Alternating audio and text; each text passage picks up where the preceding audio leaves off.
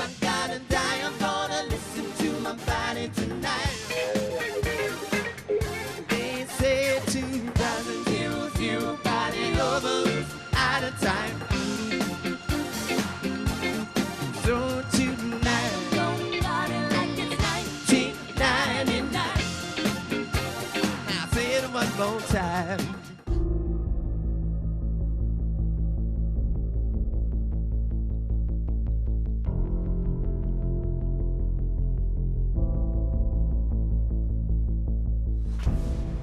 Car for a medical, Paisley Park, 7801 Audubon Road, 7801 Audubon Road, for a tail down, not treated. Rescue's been started right now. And this needed paramedical, Paisley Park, 7801 Audubon Road. Person down, not breathing, time for station 45. 48. They responded to Paisley Park to look for him and found him unresponsive in the elevator. We have no reason to believe at this point that this was a suicide.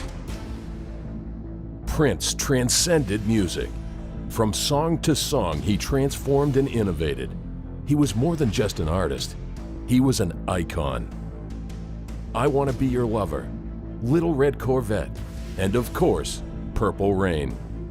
He delivered massive hit after massive hit, pushing the boundaries of his craft. But Prince was not untouchable. In the years leading up to his death, the superstar began to appear increasingly frail, and a series of dramatic events would lead up to those devastating final moments. The months leading up to Prince's death is an extraordinary tale in itself. At the beginning of April, he cancelled a couple of concerts, ostensibly because he was poorly, but it was actually to give him time to recover from what was then an opioid addiction. April 21st, 2016, 9:43 a.m. An emergency call is made from Prince's Paisley Park mansion. 10:07 a.m. Emergency responders arrive at Paisley Park and Prince is pronounced dead. The autopsy this morning began at 9 a.m. Central Daylight Time and concluded at 1 p.m. And just shortly, I received word that his body did leave Midwest Medical Examiner's office and was released to the family.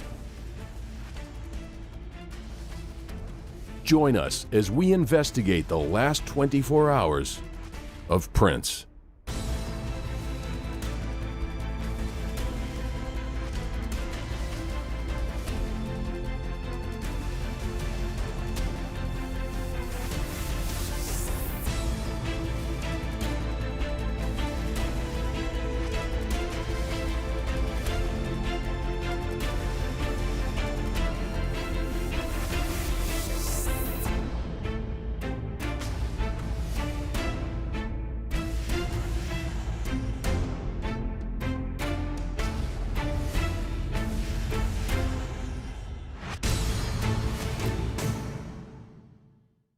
This man is one of the most committed artists I've ever known. And by that I mean committed to music, utterly. And he was able to do almost everything.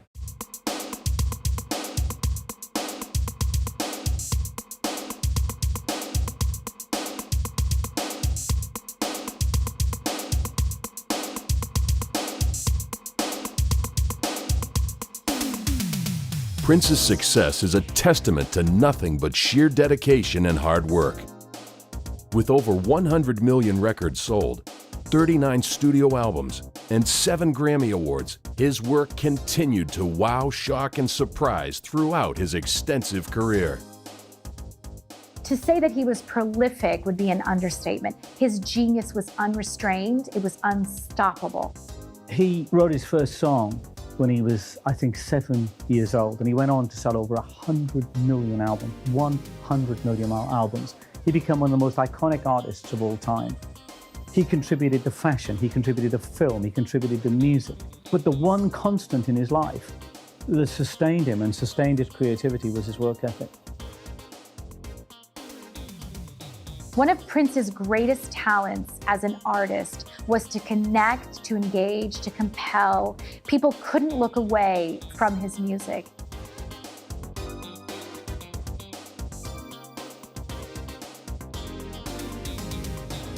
In a 1999 BET Tonight interview, Prince, famously said that he got into music and he got into doing what he does because he loved playing, jumping off pianos, as he says in the interview. But you still like going out doing dates? Oh man, that's my life. I got into the music business because I loved playing so much. You don't really get into the business to be a star, at least I didn't. I didn't get in to make a whole bunch of money or anything like that and meet a whole bunch of women. Just so happens those are the things that came along with it. But I was always playing a lot, and it's what it's all about, jumping off pianos. It's all about jumping off pianos Yeah, and hurting your foot when you jump. The sense you get from him is that, and these are his words, the art came first, the money and the women came after. And that, again, keys into a number of things, not least of which was his work ethic. The world is full of people who want the world, and they want it now. They want the money, they want the women, they want the sex, they want the fame, they want the adoration, but they don't put the time or the effort, and they don't have the kind of intense passion for their art that Prince did.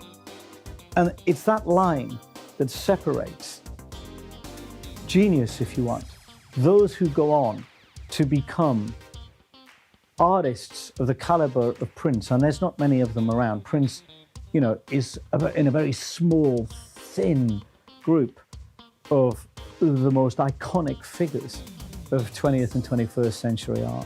One of the things that Prince will always be remembered for is the way that he could change genre of music absolutely fluently, whether it was pop or rock or funk or R&B. And he didn't just do it album to album. He would change completely the style of music from song to song on an album. So what was so revolutionary about this man is that he was completely fluent across a wide range of styles of music, and he loved to fuse them together in different ways and experiment in a way that no one really did that to that degree before or since. When you think about Prince, you really kind of imagine what you see in the video for Purple Rain. First of all, he's in purple, he's on stage, he's performing, he's a superstar, and he's putting out this very sexy, powerful stage presence. Despite the fact that he's not a very big guy, he has a very big presence, and when he's on stage, he looks like a very large individual. And I think what you see in Purple Rain is kind of scenes from the film, the very famous film, of course, called Purple Rain, kind of weaved throughout the video. The story here is about a performer, a guy that fronts a band, who gets up on stage and sings, who has a very complicated personal life. It's dark, it's not exactly a happy song, but there's a lot of overtures of this kind of Gothic romanticism that we see from Prince throughout his career.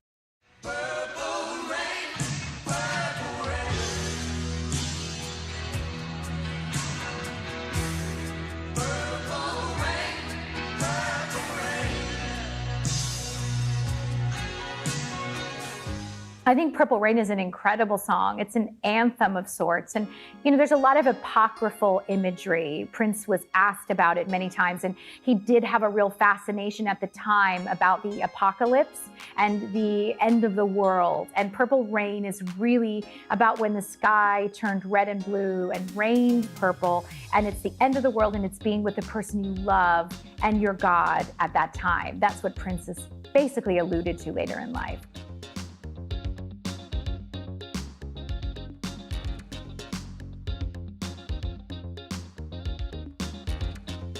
He was brought to the attention of Warner Brothers Records by a local Warner Brothers representative who said that we have this fantastic kid in Minnesota and you've really got to hear him. They signed him up and they said, and we think he's so good, we're going to have him work with Maurice White. They recommended that he work with Maurice White, the recently deceased eminence of Earth, Wind and Fire. Now, in the late 1970s, you couldn't get a hotter producer than Maurice White, unless it was Barry Gibb. It was a complete surprise that Prince said, no, I'm going to do myself. And he did all the instruments himself.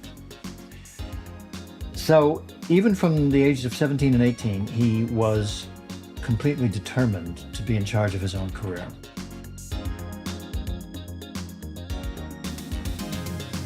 Dirty Mind album was quite unfit for radio airplay, for princely reasons you can imagine.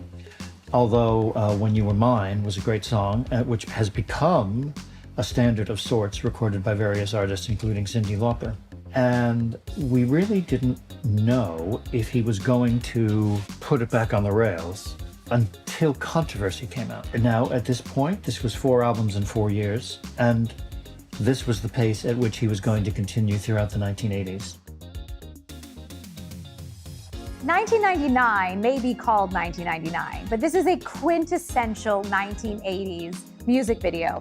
Everybody has big hair, everybody seems to have a perm. You've got a lot of the kind of one-handed gloves and the hat and the asymmetric hairstyle and all the other things that you associate with 1980s. It has the feel of a 1980s song. It has very much the look of a 1980s song. You see Prince on stage with his band performing. And this is all about highlighting his concert presence, his stage presence, and showing that he knows how to have a good time.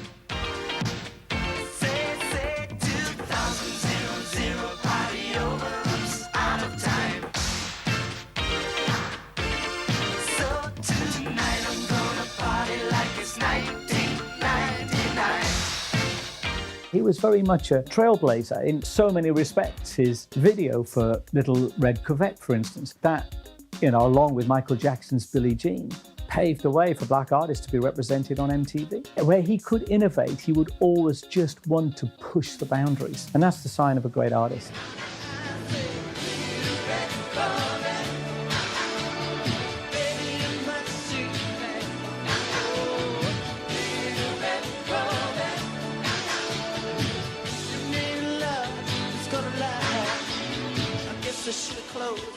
In the video for Kiss, we see Prince in this very sexy 2-piece outfit. The top almost looks like a woman's exercise midriff top, and he's wearing like black lycra leggings. It's a very feminine, androgynous look for Prince.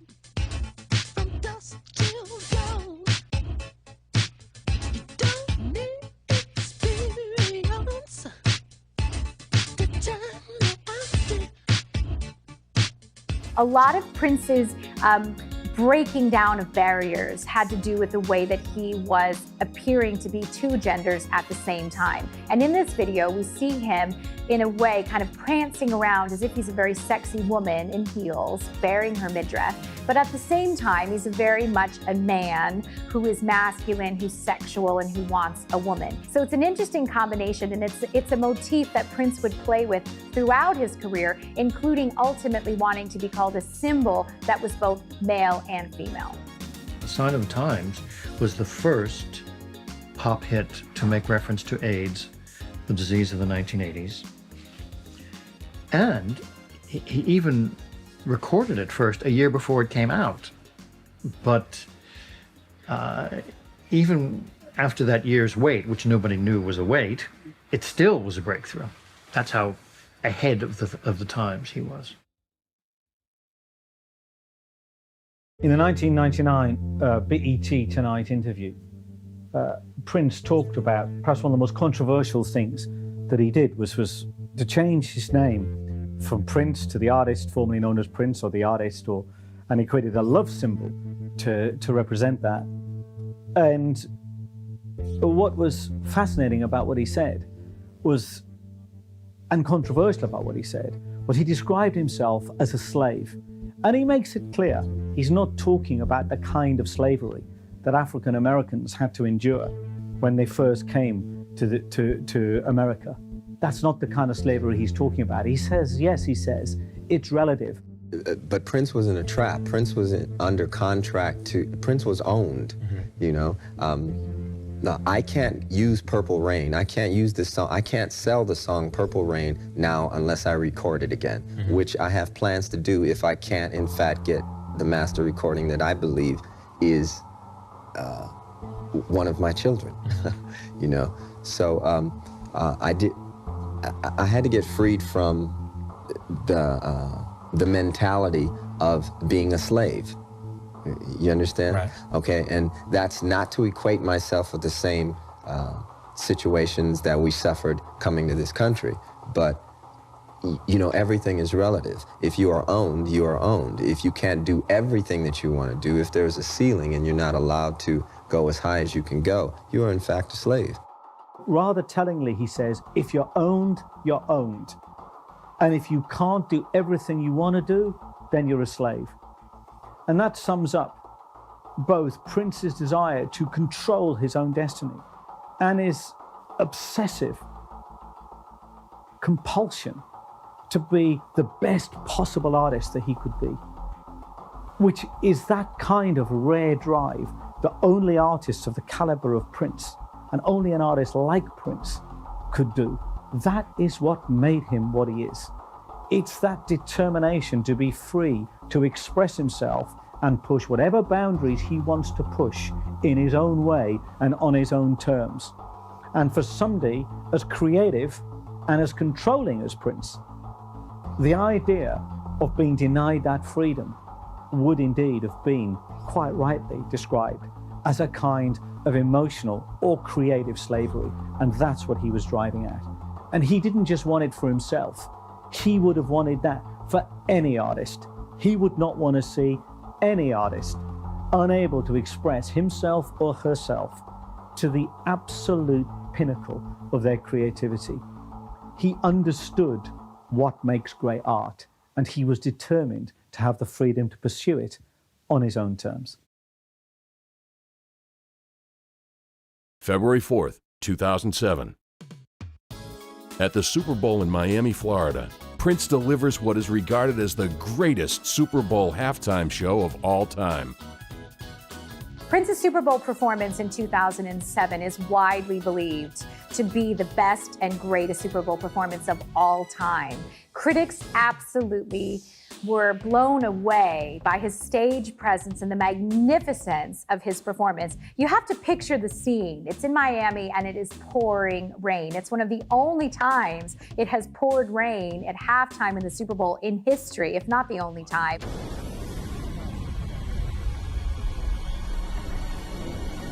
Dearly beloved, we are gathered here today to get through this thing called life. Another thing he did, which was extraordinary, was to cover other songs during the performance. Mostly when Super Bowl artists are asked to perform, they do their own music, and that's maybe they invite a guest singer to come in and do a song like we saw with Coldplay and Beyonce, but generally they do their own songs. What Prince did was to cover other songs such as Jimi Hendrix and the Foo Fighters in the midst of this incredible performance of his own hits.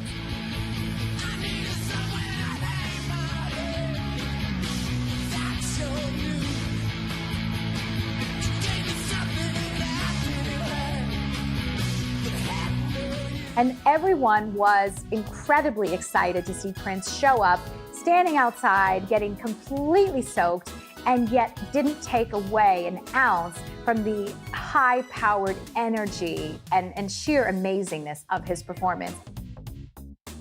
He was so really totally in control of his own materials that he would only release to social media what he wanted out there. I mean, he's really one of the artists who most control the dissemination of their images. But in the case of the Rock and Roll Hall of Fame, that was a public event. In the case of the Super Bowl, it's a public event. So you can see the Super Bowl, and son of a gun, it starts raining when he's singing Purple Rain. And the stadium is full, and everyone's doing the ooh thing. And it's one of those moments when everything comes together. It's perfect. You couldn't have a more perfect moment. And I thought how thrilling for him. Also, thank heaven the lights worked so that the symbol worked and so forth. So that's the thing with these Super Bowl performances. What if the lights don't work? It's so embarrassing.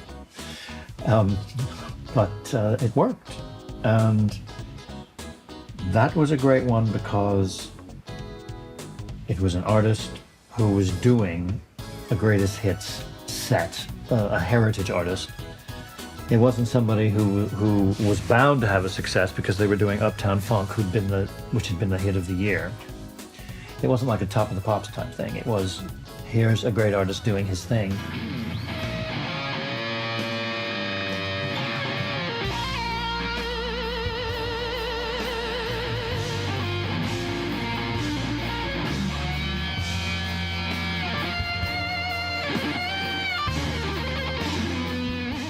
I think what Prince in a very savvy way did here was to give the public what he knew they wanted, was a rip-roaring good time full of high energy and music that they love.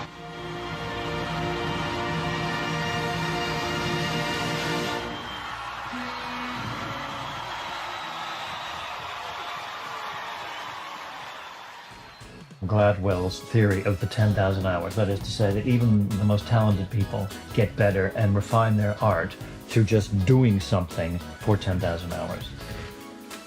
The Beatles put in 10,000 hours playing in the clubs of Hamburg late at night, sometimes up to 7 hours. And Mozart, starting at the age of 5, put in 10,000 hours before his greatest masterpieces. And surely Prince put in 10,000 hours, there's no doubt about it.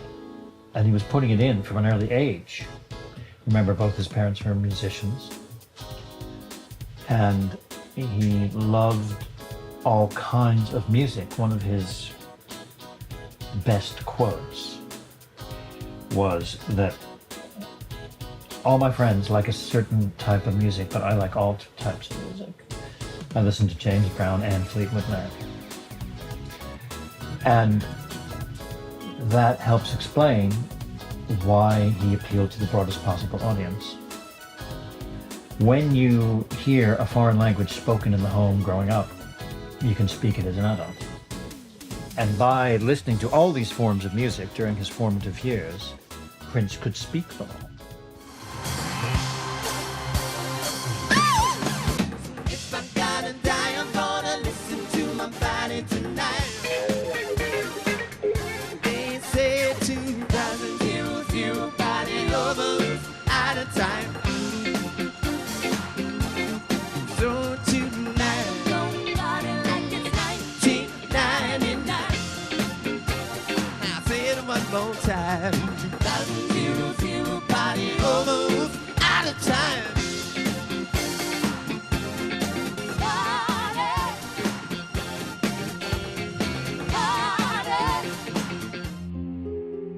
But beneath the giant persona that the world saw on stage was a problem that was becoming increasingly troubling. April 7th, 2016. Prince cancels 2 concerts in Atlanta, blaming the flu. But Dr. Michael Todd Schulenberg is treating Prince's withdrawal from his opioid addiction.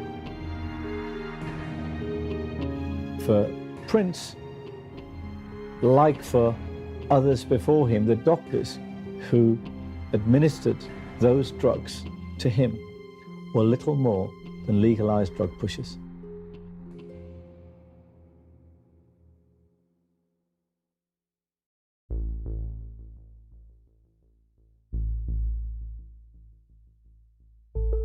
The months leading up to Prince's death is an extraordinary tale in itself. At the beginning of April, he cancelled a couple of concerts, ostensibly because he was poorly, but it was actually to give him time to recover from what was then an opioid addiction. On April the 15th, he's on a plane. Nobody knows really what happened on that plane, or what the exact sequence of events was. But we know the end point of that was Prince being taken very ill and falling unconscious. What's the nature of the emergency? What's the nature of the An condition? unresponsive passenger. Was it a male or female passenger? Male passenger. April 15th, 2016, 1:15 a.m. Emergency landing of Prince's private jet after being unresponsive. He was transported to hospital and given a shot of Narcan, an antidote often administered for suspected drug overdoses. He was administered with Narcan, which is an anti-opioid medication. And this, in effect, if you put it rather graphically, kicks the opioids out of the opioid receptors and helps normalize the breathing and other bodily functions which the opioids had disturbed. He was told to remain in the hospital for at least 24 hours to recover, but checked himself out of hospital just 3 hours later. He's then asked to go into hospital. He's supposed to be in hospital for a few days. He checks himself out after 3 hours.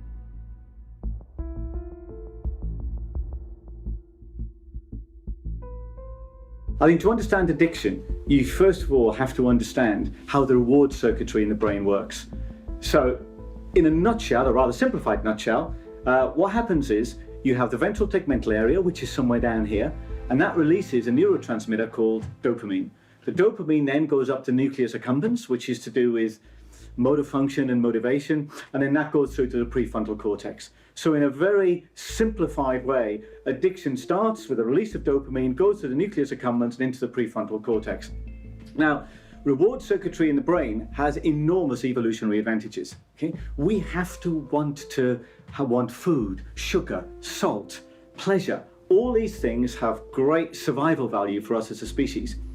But what happens in addiction, this reward circuitry gets hijacked, gets kidnapped, and it gets kidnapped by cocaine, or prescription drugs like benzodiazepines or opioids, or it gets hijacked by porn, or it gets hijacked by the drive for pleasure and ever extreme sensations, be it through the consent or non-consent of other people. So this reward circuitry can be really beneficial to us, or it can destroy us. With performers like Prince, that's what happened. The reward circuitry got hijacked, and it got hijacked in one case by cocaine, in another case by prescription opioids. And let's look for a moment at what these prescription drugs do. There is a myth, perhaps it's a myth that Prince believed in, that these opioids or these drugs, because they are prescribed, that you can't get addicted to them, or there's nothing wrong with it, or it gives people a false sense of security. But that's not the case. And broadly, there are three classes, if you want, of prescription drugs which can become very destructive. You've got your opioids, okay, and which are usually painkillers. You've got what's called your central nervous system depressants. These typically are benzodiazepines. I guess most people would know ones like Xanax or Valium. And then you've got your stimulants, like your amphetamines. And whereas they can all provide useful clinical functions, they can also drive us into addiction and into dependency.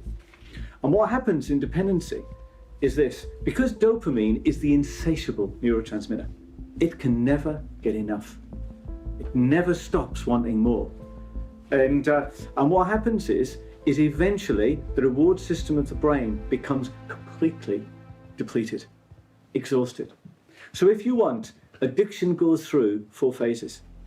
First, there's desensitization. When you're an addict, you become desensitized to what once gave you pleasure, now simply causes you pain, because you are driven to consume more, whatever your drug of choice is, be it a prescription drug, be it an illegal drug, be it sex, be it pornography, whatever your substance of choice is, eventually you become desensitized to it. We call it tolerance. So it doesn't do for you what it used to do in the past. But equally, you are still highly sensitive to the source of your addiction. So when you see a line of cocaine, or when you're given a packet of Xanax, or when you're given some opioids, or when you're given, when you're looking at some pornography, whatever the addiction is, you're highly sensitive to that as a cue, because that's telling you, oh great, this is where I get the pleasure, this is where I get the hit, this is what I need. Yeah. And then you get what's called hypofrontality. And hypofrontality is when your prefrontal cortex, if you want, your willpower collapses, so you no longer have any control.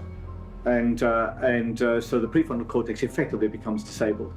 And finally, your stress mechanism, if you want, goes into overdrive. You feel consciously anxious, wired, stressed.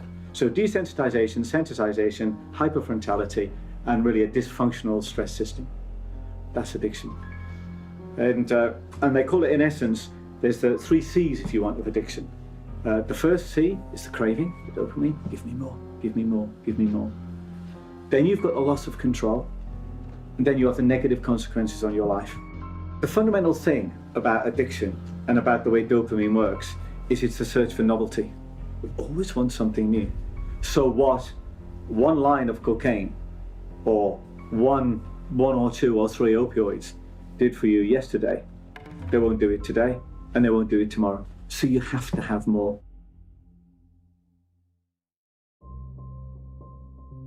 In the same way that Prince is hard to pin down when it comes to one musical genre type, Prince was very much an enigma across his entire career. He refused to be pinned down even in terms of gender. Was he male? Was he female? Was he gay? Was he straight? Was he black? Was he white?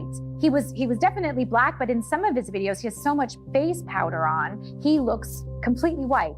His style of dressing, it's masculine, but it's super feminine. His sexuality was very much a male predator who was going to seduce a young woman, but he was also hyper feminine. Prince was an enigma in that you couldn't really put your finger on who and what he was, and that was part of his appeal. It is without a doubt that on stage, Prince was a giant. But that didn't come naturally to a man who, throughout his career, suffered immense anxiety and stage fright. Friends and colleagues of the artist have spoken about his obsessive pursuit of perfection when it came to performing. He would rehearse and record days on end until everything was absolutely as he envisioned. There's a wonderful anecdote which was narrated by Prince's publicists, and they say that after a performance, he would make the band watch a video of the show they'd just performed. So they'd all sit backstage, and every time he spotted a bum note, he would berate the person who did it. That is what it meant to work for Prince. And whereas at times it could and was undoubtedly overbearing and relentless, that's just how you get better at stuff. And that's why Prince was an inspiration. You know, artists like that don't just happen overnight. They have to work at it. And that anecdote really sums up that obsessive, driven desire to just reach a pinnacle of creative achievement that no other artist had ever done. And you have to have that dynamic going on to perform as beautifully and to create as prolifically as an artist like Prince. Because there's one fact about perfectionists and narcissists, but particularly true of perfectionists, and the two are very closely linked, is that they can't ever be good enough. If you're a perfectionist, you never reach perfection. And you're always striving to do it. You want more and more and more and more. Let's just make this right. Let's just make this right. But it's never good enough. You've always got to improve. And it's that narcissism, that perfectionism, and that incredible creative drive and work ethic that goes to make a genius like Prince. In addition to all of the reports about Prince's clean living, his veganism, his Jehovah's Witness beliefs, there are also a wide array of reports about his opiate addiction, about his love of pills, and some of the less kind of clean living things that may have happened towards the end of his life and in fact contributed to his death. I'm thinking, so here's this guy, 5'2", and he's been on heels for 38 years. Surely he's got to have hip pain.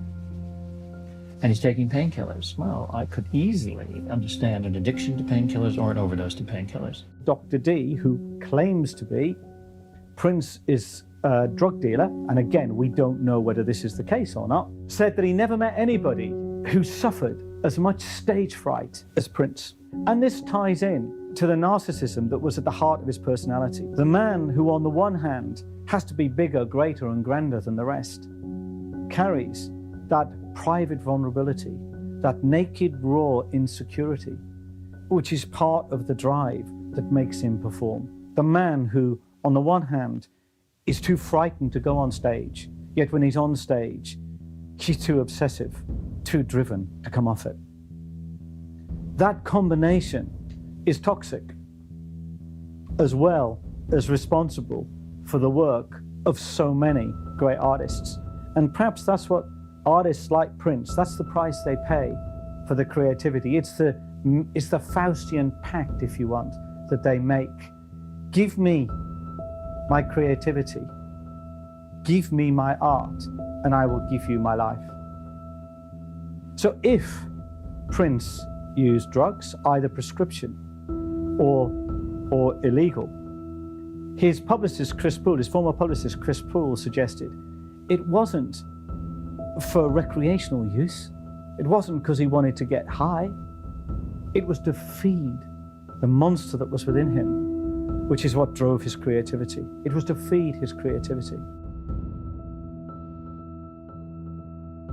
So let's just look at that sequence of events. First of all, he cancels concerts because of his addiction. Then, because of his addiction, he falls unconscious on a plane flight. He then is taken to hospital because of his addiction, where he's told to stay, but he checks himself out. And there's two things going on at that moment when Prince says, I'm out of here.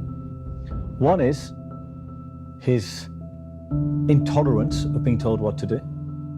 And that's not a comment, there's not a judgment on Prince or anybody else of that iconic stature, of which there are very few artists who reach that stature. But he's used to getting his own way. If he doesn't want to stay somewhere, he's not going to stay. And the second thing, perhaps, it's his narcissism, his sense of invincibility. I can cope. It's denial. I can cope. I can leave here, I'm fine. But of course, he wasn't fine. And the cancelling of the concerts, and the incident on the plane, and him being put into hospital, were all signs of what was to come just a few days later. Deploy car for a medical, Paisley Park, 7801 Audubon Road, 7801 Audubon Road, for a fail down not treating. Rescue's been started right now. And rescue needed paramedical at Paisley Park, 7801 Audubon Road. Person down, not breathing, time for station 45. And CNN has now confirmed that the artist Prince is dead. He was found in his elevator, unresponsive, in his compound, Paisley Park in Minneapolis. The number of songs, 7-time Grammy winner, 30 nominations, the number of songs that have touched people's lives throughout his entire career. This is going to be very, very hard news to take.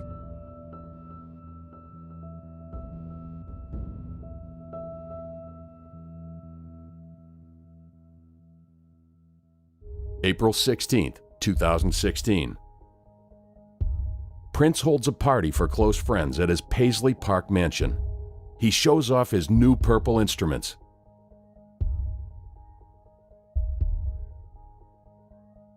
April 20th, 2016. Schulenberg treats Prince again for withdrawals. Later that night, a representative of Prince contacts a Californian addiction specialist, Dr. Howard Cornfield. He is asked to intervene in the megastar's crippling opioid addiction. However, the doctor cannot make room in his schedule and instead sends his son Andrew on an overnight flight to Minneapolis. The last 24 hours of Prince's life are really a snapshot of what happens in the final stages of opioid addiction. Opioid use begins in euphoria, in pleasure. It ends in despair, disintegration, and death. Effectively, opioid addiction in its final stages breaks down all the body's physical and mental systems. Emotionally, the opioid addict is depressed, anxious, angry, confused. Physically, all the major organs are affected, the heart, the brain, and eventually everything breaks down and the addict dies.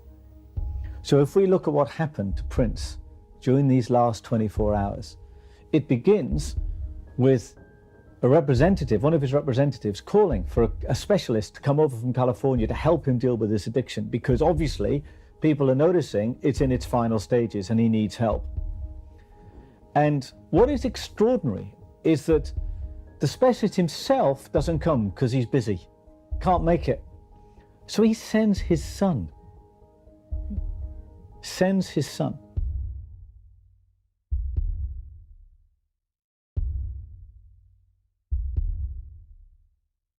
Presumably, because Prince ended up in his house alone on the evening of the 20th and the morning of the 21st, the specialists did not do enough either to help Prince and obviously not enough to save his life. Because those last few hours he spent in his recording studio, we can only imagine what happened after that. And the systemic and slow erosion of his mental faculties and his physical body culminated in him presumably drifting into unconsciousness and dying in the lift at his home, alone.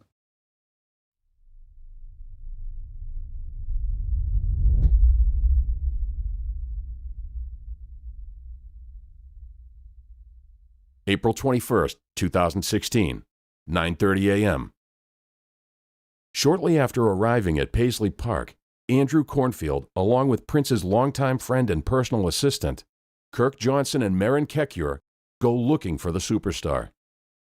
To their horror, they find the lifeless body of Prince on the floor of the elevator.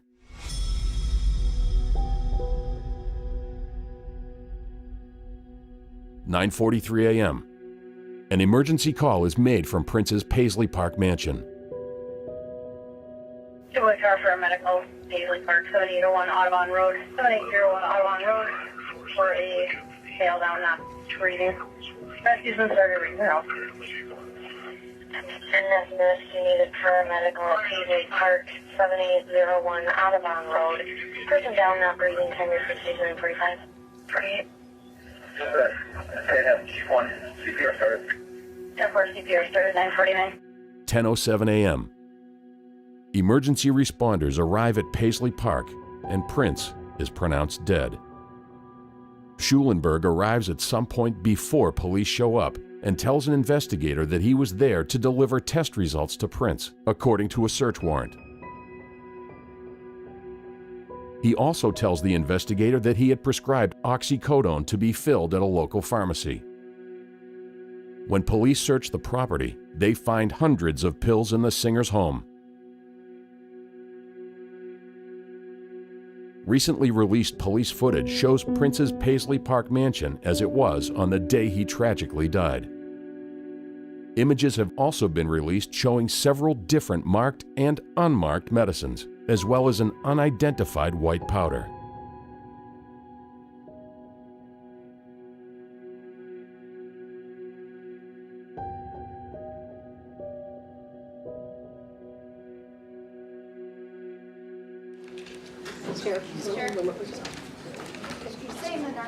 They responded to Paisley Park to look for him and found him unresponsive in the elevator. We have no reason to believe at this point that this was a suicide. But again, this is early on in this investigation, and it's continuing to, we'll continue to investigate. You received the call at 10:12 yesterday morning to come and assist the Carver County Sheriff's Office in this investigation. Our chief medical examiner arrived on the scene at 11:30 yesterday morning, local time, and was on the scene for several hours. The autopsy this morning began at 9 a.m. Central Daylight Time and concluded at 1 p.m. And just shortly, I received word that his body did leave Midwest Medical Examiner's office and was released to the family. June 2nd, 2016. It is announced that Prince died of a self-administered accidental overdose of the powerful drug, fentanyl.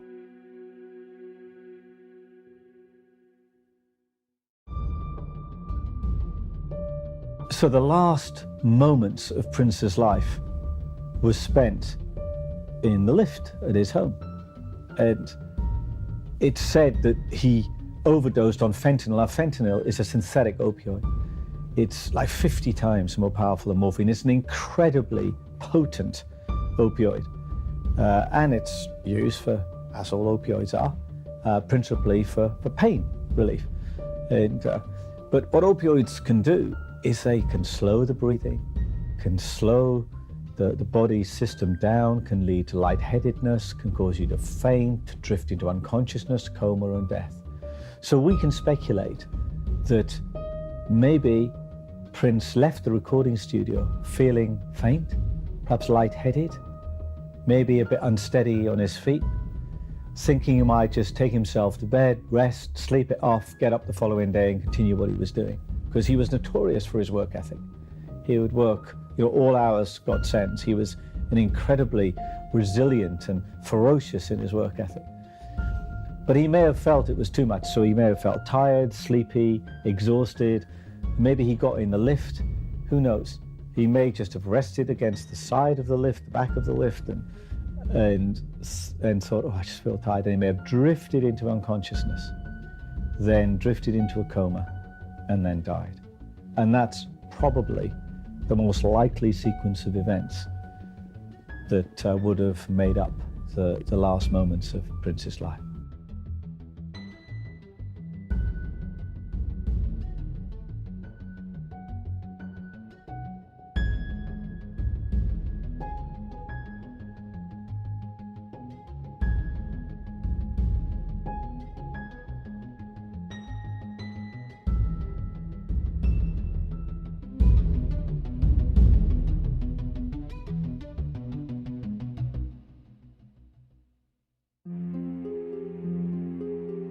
April 19, 2018. Mark Metz, Carver County attorney, announced that he was closing a 2-year criminal investigation into Prince's death without filing any criminal charges.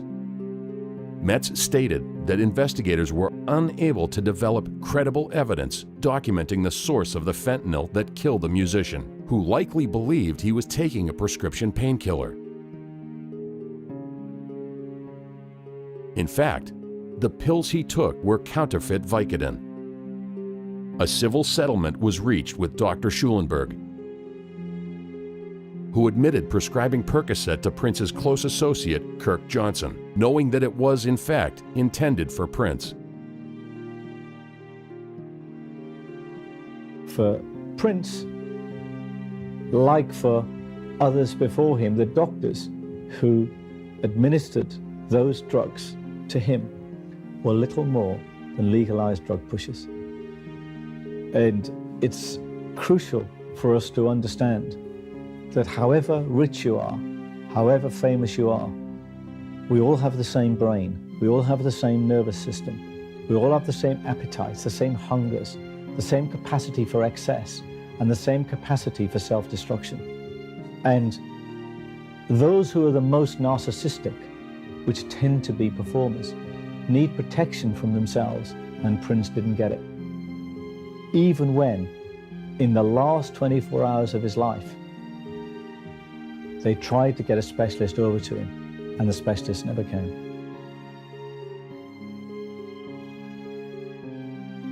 So let's speculate. What if the California specialist from California had made it to Prince's house on the day before he died? Would that have saved Prince's life? Probably not. It may have saved it that day. It may have got him through another day, another week, another month, who knows? But one thing's for sure, without structural and systemic changes to the way he was living and to the drugs he was putting into his body, eventually he would have died in the way that he died. It was only a matter of time. And what we have to realize is that if we want to save these lives, if we want to save people, we can't leave it so late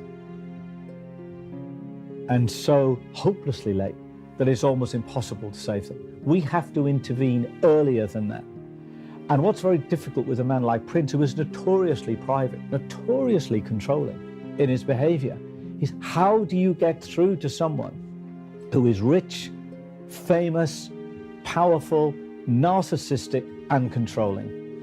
And to be fair to those around him, those are pretty insurmountable barriers. But unless we try, unless somebody has the courage to say, you can fire me, you can do whatever you want, you can take my income away, but I am going to tell you this is how it is. And if that's the end of our relationship, then so be it. But at least I will walk out of here with a clean conscience. And with Prince, like Elvis before him, for instance, and many others, somebody has to have the courage to do that. And maybe they did. Maybe people tried. We can only speculate. But without that kind of intervention, without somebody taking that risk, and above all, without Prince being willing at least to open himself to the fact that he needed help and he needed to stop what he was doing. But those are very difficult challenges.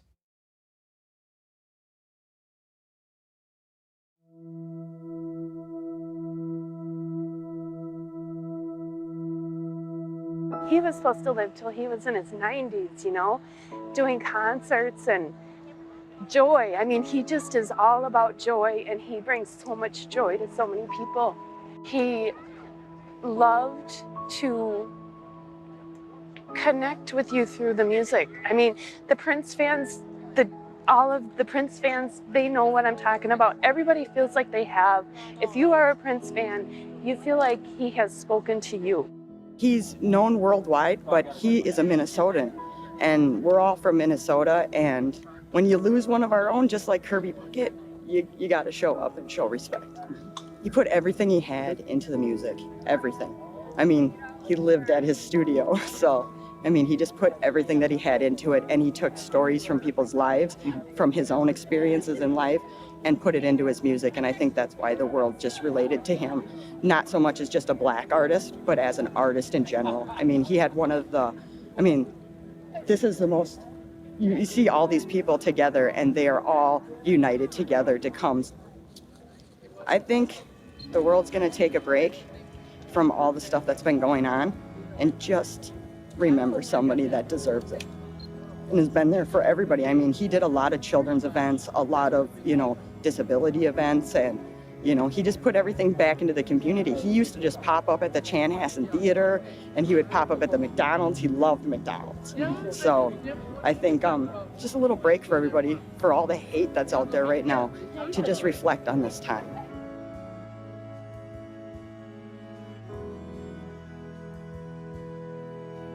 It's warming. It's warming. It's heartwarming that all these people are here. It's cool. It's fun too. I mean, I'm here with my best friends, so yeah, I don't know. It's one of those things that we'll never forget, for sure. I think, especially with him, because Prince is one of those artists that he just always looked amazing. He never ever looked unwell, or he looked at his physical peak all the time, even into his 50s. I went to the last series of gigs that he did here in London, and he's still doing everything he did when I saw him 30 years ago. He was still as vibrant and as an amazing, so it's kind of, I think that's the shock factor, I think, is there for it as well. It's not like, he'd gone into a decline or anything. He just looked amazing still. And musically, I remember the first time I saw him up in Wembley, and I literally went out of the gig and just kind of thought, I may as well just forget it. There's no point, because no one's ever going to get close to what he's just done tonight. That's just, it's from somewhere else. And I mean, he did so many different things at such an amazing level. He's almost freakish, I think. Because I think even rockers, people who are like really into their guitar players and everything, he's still up there with some of those guys, you know what I mean? There's really noted guitar players that would say that he's up there with some of those people. But I think he was just amazing. He was just super sexy dude who could do everything. Do you know what I mean? He was just amazing, yeah.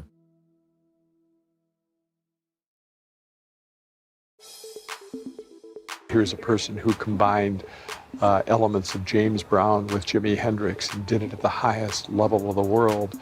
And then in the meantime, was also controlling every single element of production of his music.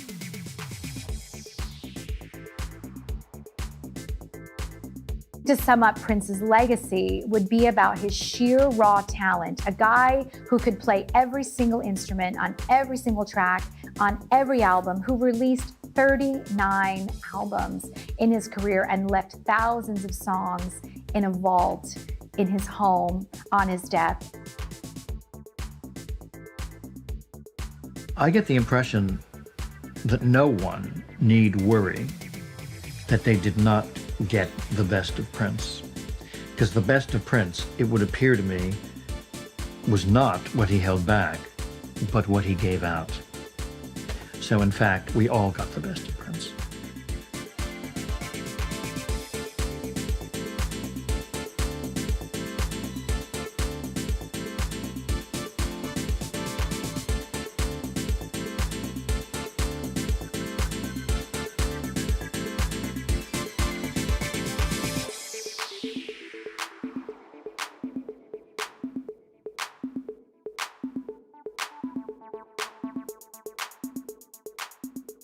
It really is extraordinary how Purple Rain emerged as his song. Because when it was new, it wasn't his song. It was the theme of his movie, which won an Oscar for Best Original Song Score. And When Doves Cry was a bigger hit, and Let's Go Crazy was a bigger hit, and Purple Rain was a big hit, and it was the third of the 5 singles from that album. But over time, it really became his signature song. Of course, it incorporated the word purple, he said, looking at his shirt. And I thought it was charming how when he died, everything went purple.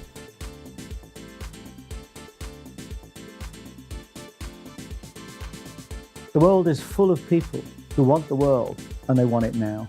They want the money, they want the women, They want the sex, they want the fame, they want the adoration, but they don't put the time or the effort, and they don't have the kind of intense passion for their art that Prince did. And it's that line that separates genius, if you want, those who go on to become artists of the caliber of Prince, and there's not many of them around. Prince, you know, is in a very small, thin group of the most iconic figures of 20th and 21st century art. And what people forget is that it's the hard work that makes it happen. Money, fame, success, and all the trappings that go with it come after. Prince knew that, and it was in him. Maybe because his father was a musician, his mother was a musician, but it was in him. Composed his first song at the age of 7.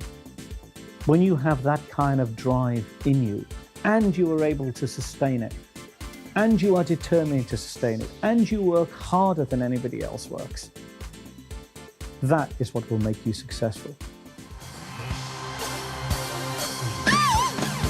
If I'm gonna die, I'm gonna listen to my body tonight.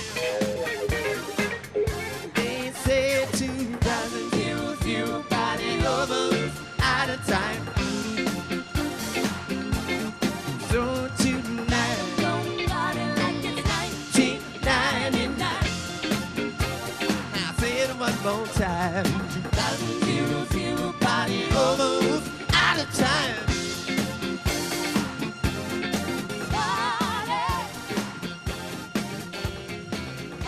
In a probably dark, bizarre way, sometimes the fact that people don't grow old and kind of wither and, you know, the rest of it, they're kind of left in, you know, our mind's eye of them being that kind of perfect thing, you know. And I look at sometimes like someone like James Dean and kind of think, well, I don't know, I wasn't really around when he was doing his thing, if you like, but I'm saying you kind of look back and think, well, I'm sure he was amazing, and I've seen all his films and everything, but it's what would he have become if he'd become an old man?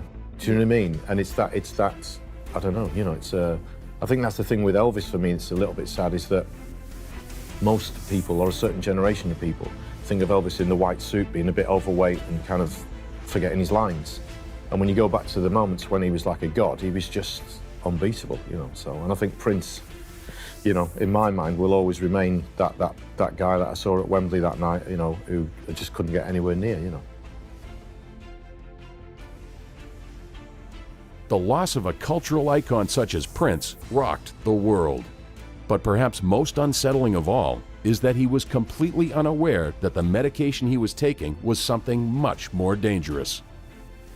But nevertheless, the musician never held back, always gave a great show, and always gave his all. His life was a party, and parties aren't meant to last.